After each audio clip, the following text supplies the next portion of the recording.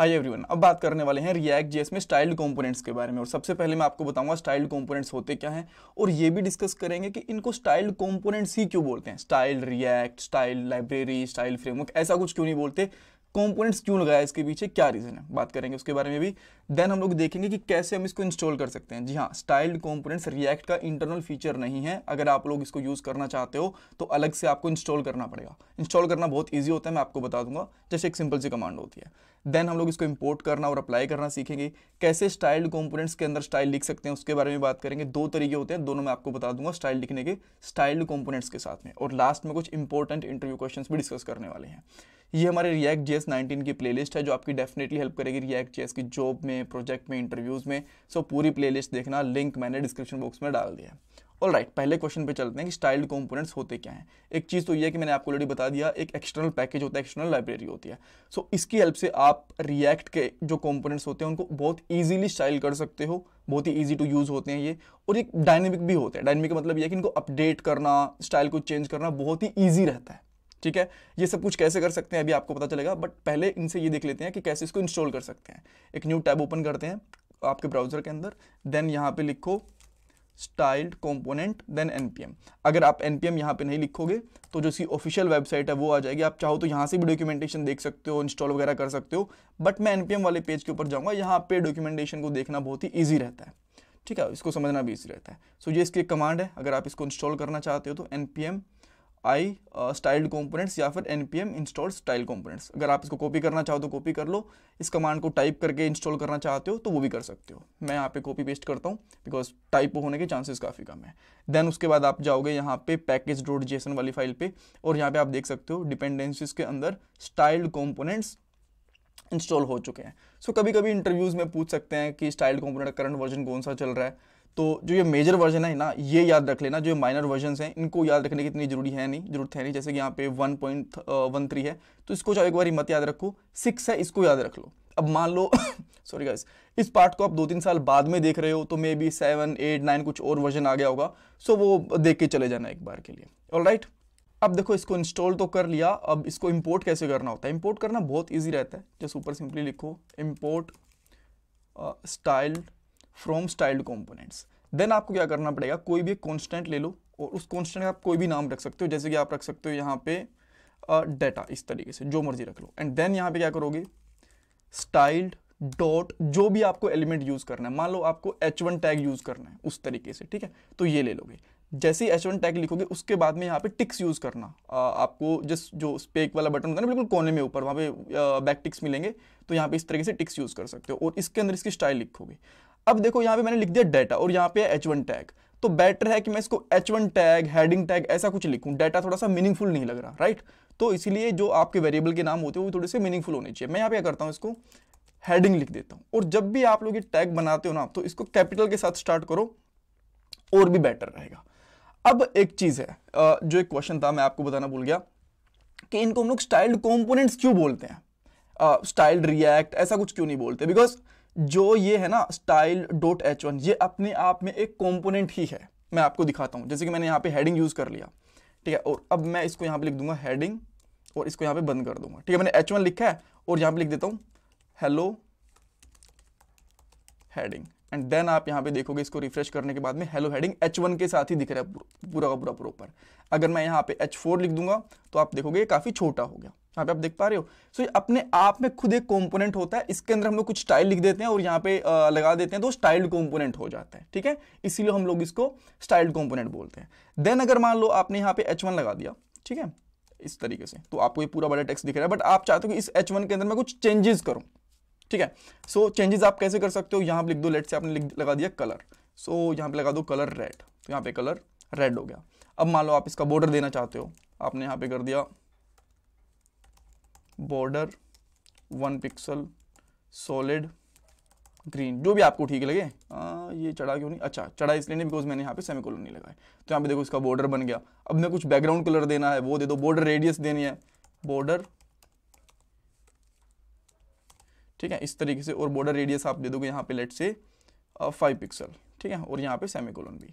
तो आप यहाँ पे देख पा रहे हो, यहाँ पे बॉर्डर रेडियस भी बन गई। थोड़ी सी मार्जिन देनी है तो सिंपली यहाँ पे दे दो मार्जिन 20 पिक्सल, ठीक है। तो यहाँ पे मार्जिन आ गई, यहाँ से पैडिंग देनी है, पैडिंग दे दो।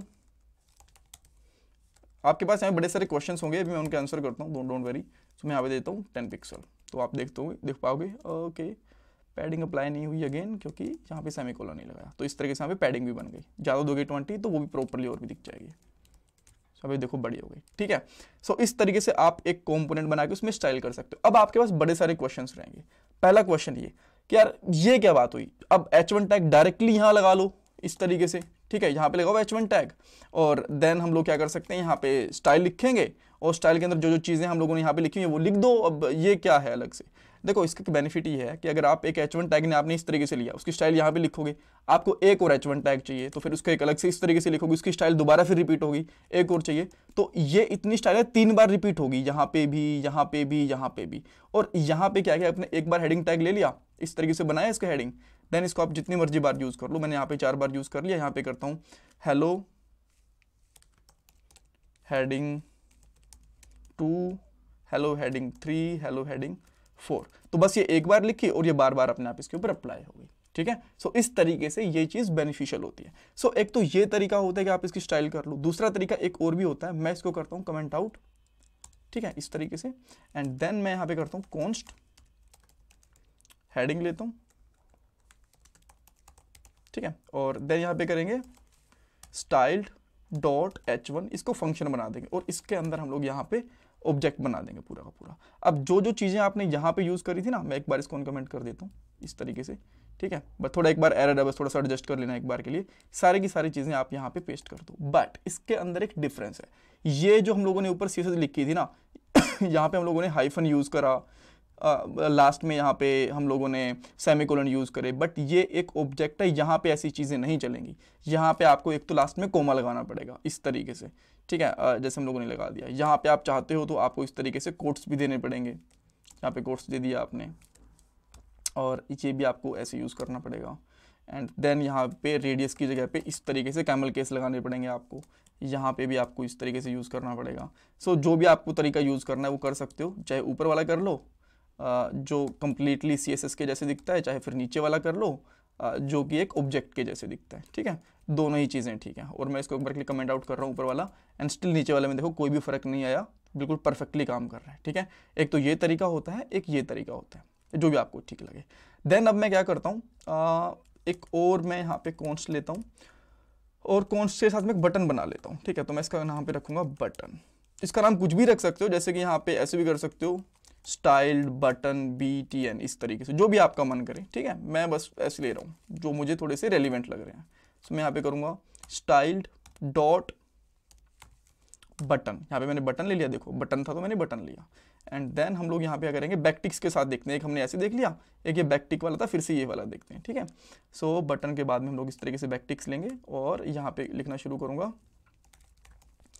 कलर रेड, और एक मैं स्टाइल बटन को यहाँ पे बना भी लेता हूँ। सो यहाँ पे आता हूँ फटाफट से स्टाइल बटन और यहाँ पे लिखता हूँ लॉगिन। मान लो मैंने एक लॉगिन वाला बटन बना लिया, तो आप यहाँ पे देख सकते हो सो कलर रेड हो गया। देन उसके बाद में मैं यहाँ पे करूँगा विड्थ कर देता हूँ इसकी 130 पिक्सल, ठीक है, हो गई। देन मैं इसकी हाइट कर देता हूँ, लेट्स से मैंने कर दी 40 पिक्सल, सेमीकोलन लगाने पड़ेंगे यहाँ पे, ये हो गई। थोड़ी मार्जिन दे देता हूँ,